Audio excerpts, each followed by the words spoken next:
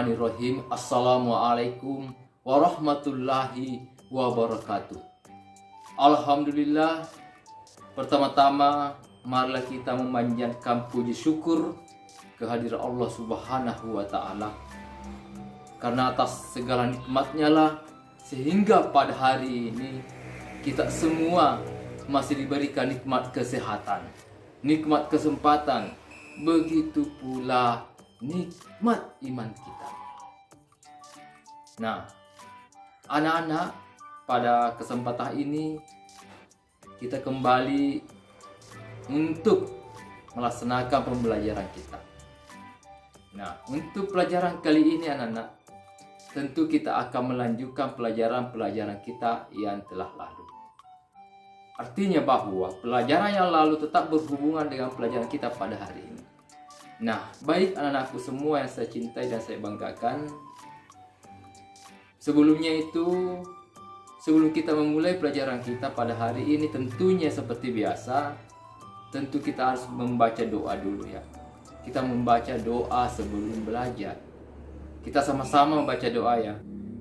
Bismillahirrahmanirrahim. Rabbis zidni ilman warzuqni fahman.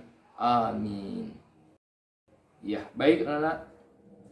Pertama saya ucapkan terima kasih banyak kepada anakku semua atas kesediaannya untuk belajar pada hari ini. Bagaimana kabarnya hari ini anak-anak semua? Semoga semuanya dalam keadaan sehat-sehat ya. Punya semangat, harus semangat. Sebelum kita belajar, yang harus kita tenangkan, harus kita punya semangat dulu. Kita harus semangat agar apa yang kita dapatkan pada hari ini bermanfaat dan bernilai ibadah ya. Semangat ya. Oke, tepuk tangan dulu dong untuk kita semua ya. Nah, baik anak-anak, pada hari ini tentunya kita tak belajar, yaitu pendidikan agama Islam dan budi pekerti. Pelajaran kita kali ini adalah pelajaran 7 ya, kelas 5 semester 2. Apa sih pelajaran 7 itu? Pelajaran 7 di sini adalah bagaimana kita atau mari kita mengenal Rasul-Rasul Allah. Jadi pelajaran 7 itu membahas mengenai Rasul-Rasul Allah. Nah, baik anak-anakku semua, pelajaran yang lalu kita sudah membahas tentang apa makna Rasulullah, apa makna Rasul Allah. Kita sudah membahas. Nah, untuk pelajaran kali ini kita melanjutkan, yaitu pelajaran kita tentang bagaimana mengenal atau mengetahui sifat Rasul-Rasul Allah. Sifatnya kita mau bahas. Ya, sama seperti kita semuanya punya sifat. Rasul juga punya sifat. Nah, di sini anak-anakku sekalian perlu saya jelaskan bahwa para utusan Allah mempunyai tugas yang sangat berat, yaitu memimpin manusia agar hidup sejahtera dan bahagia di dunia dan di akhirat. Jadi itu tugas Rasul Allah. Itu tugasnya sangat berat. Kenapa sangat berat? Karena memimpin manusia seperti kita halnya ini untuk hidup sejahtera dan bahagia di dunia dan di akhirat. Itu. Nah, itu sangat berat. Itu tugasnya. Jadi seulangi, tugas Rasul-Rasul Allah itu adalah memimpin manusia agar hidup sejahtera di dunia dan di akhirat. Itu sudah paham ya? Itu tugasnya Rasul-Rasul Allah. Memimpin manusia agar hidupnya sejahtera di dunia dan di akhirat. Nah, itu tugasnya. Kemudian kita melihat sifat-sifat Allah. Kita mau melihat sifat-sifat Allah. Nah, seperti apa sifat-sifat Rasul Allah?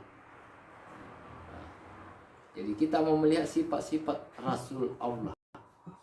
Nah, pertama, Rasul itu bersifat siddiq. bersifat sidik. Apa itu sidik? Sidik artinya jujur dan benar. Sidik artinya jujur dan benar. Nah, seorang rasul benar dalam perkataan dan perbuatan. Seorang rasul benar dalam perkataan dan perbuatan. Mustahil berkata dusta dan bohong. Ya, mustahil berkata dusta dan bohong. Itu sifat rasul yang pertama. Nah, saya ulangi, sifat rasul yang pertama adalah bersifat sidik. Artinya jujur dan benar. Seorang rasul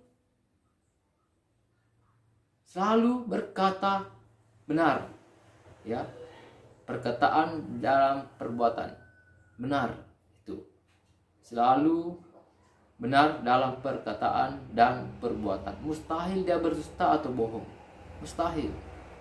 Kemudian anak-anak, kita melihat sifat rasul yang kedua.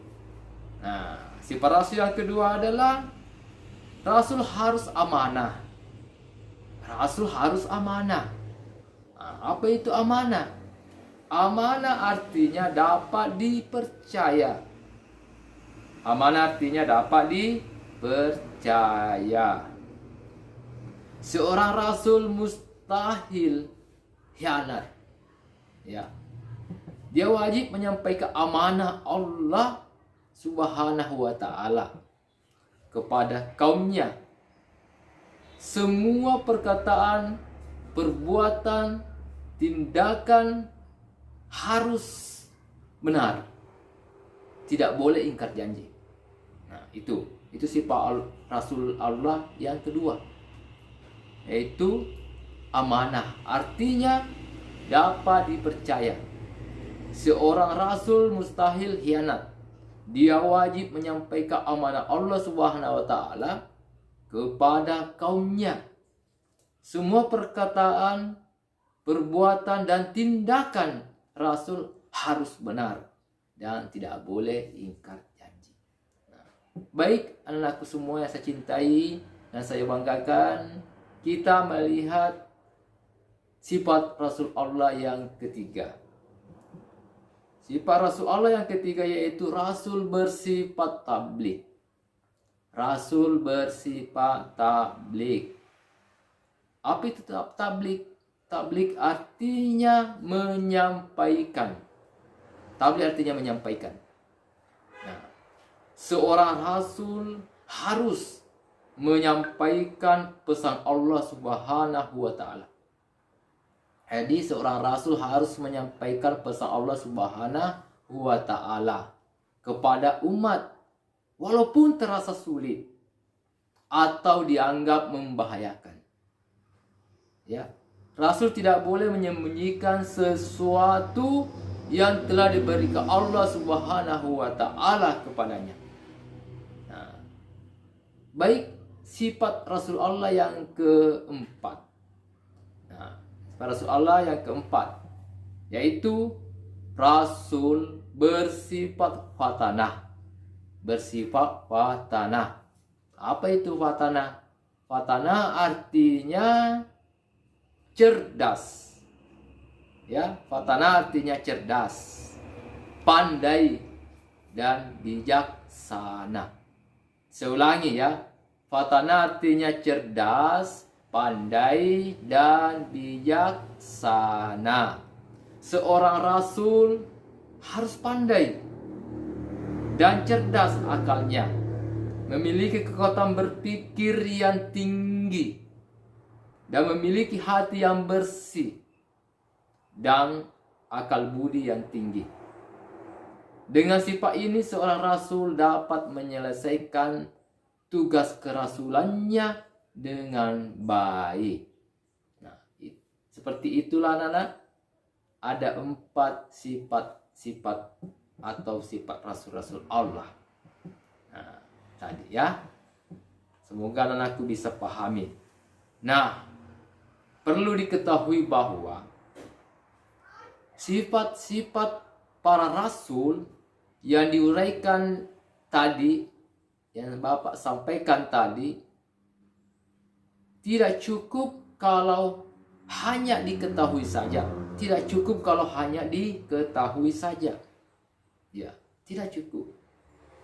Tetapi harus menjadi sifat, ya, menjadi sifat dan perilaku kita sebagai manusia. Harus menjadi sifat dan perilaku kita sebagai manusia dan pengikut para rasul. Nah, itu. Nah, baik anak-anakku semua, mari kita membiasakan sikap seperti ini. Nah, ini sikap-sikap yang saya mau sampaikan. Mari kita membiasakan. Yang pertama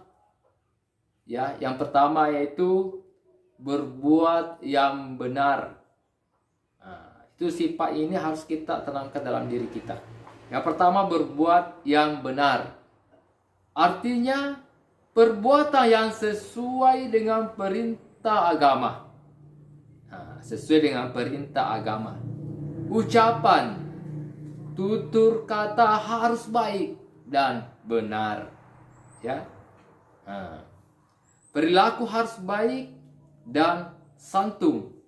Hindari berbuat buruk yang tidak disenangi Allah Subhanahu wa Ta'ala dan manusia. Itu sifat yang pertama, itu perilaku itu harus kita tanamkan dalam diri kita. Kemudian membiasakan kalau kita dipercaya, ya, kalau kita dipercaya atau dititipi seseorang, kerjakanlah dengan jujur dan ikhlas. Ada pepatah lama mengatakan, sekali saja kita berbuat salah, selamanya orang tidak percaya. Nah, sekali saja kita bersalah, selamanya orang tidak percaya sama kita. Nah,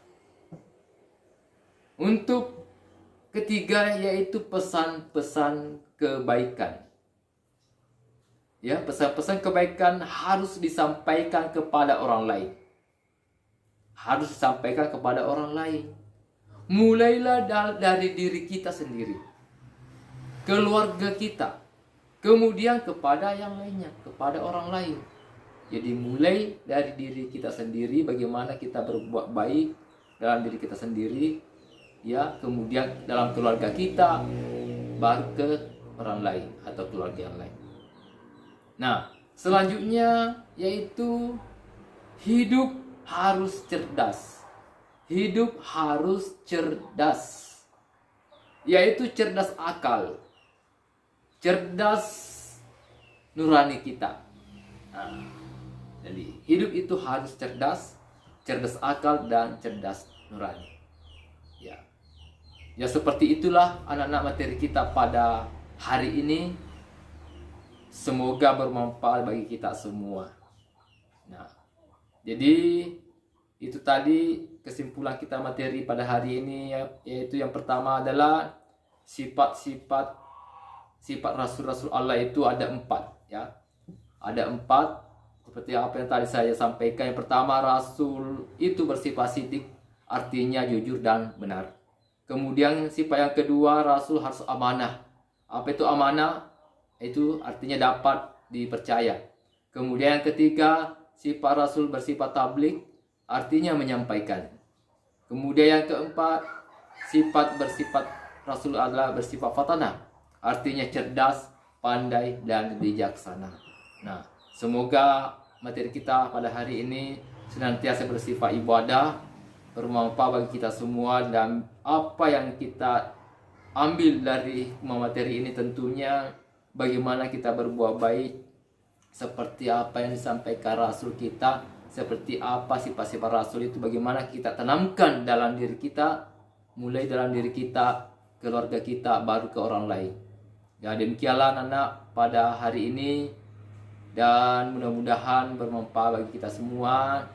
Saya harapkan anakku tetap semangat dalam belajar, tetap semangat dalam mengikuti pelajaran kita. Selamat ya mengikuti pelajaran kita. Semoga tetap kita mengulang-ulangi pelajaran ini agar kita bisa lebih paham dan lebih mengetahui. Saya harapkan kalau anak-anakku mau sukses, mau berhasil, mau pintar, maka harus bersemangat dalam setiap kegiatan apapun. Nah, demikianlah kami sampaikan. Bapak mengucapkan terima kasih banyak atas segala perhatiannya anak-anakku semua. Atas kekurangannya mohon dimaafkan. Wabillahi taufiq wal hidayah. Wassalamualaikum warahmatullahi wabarakatuh.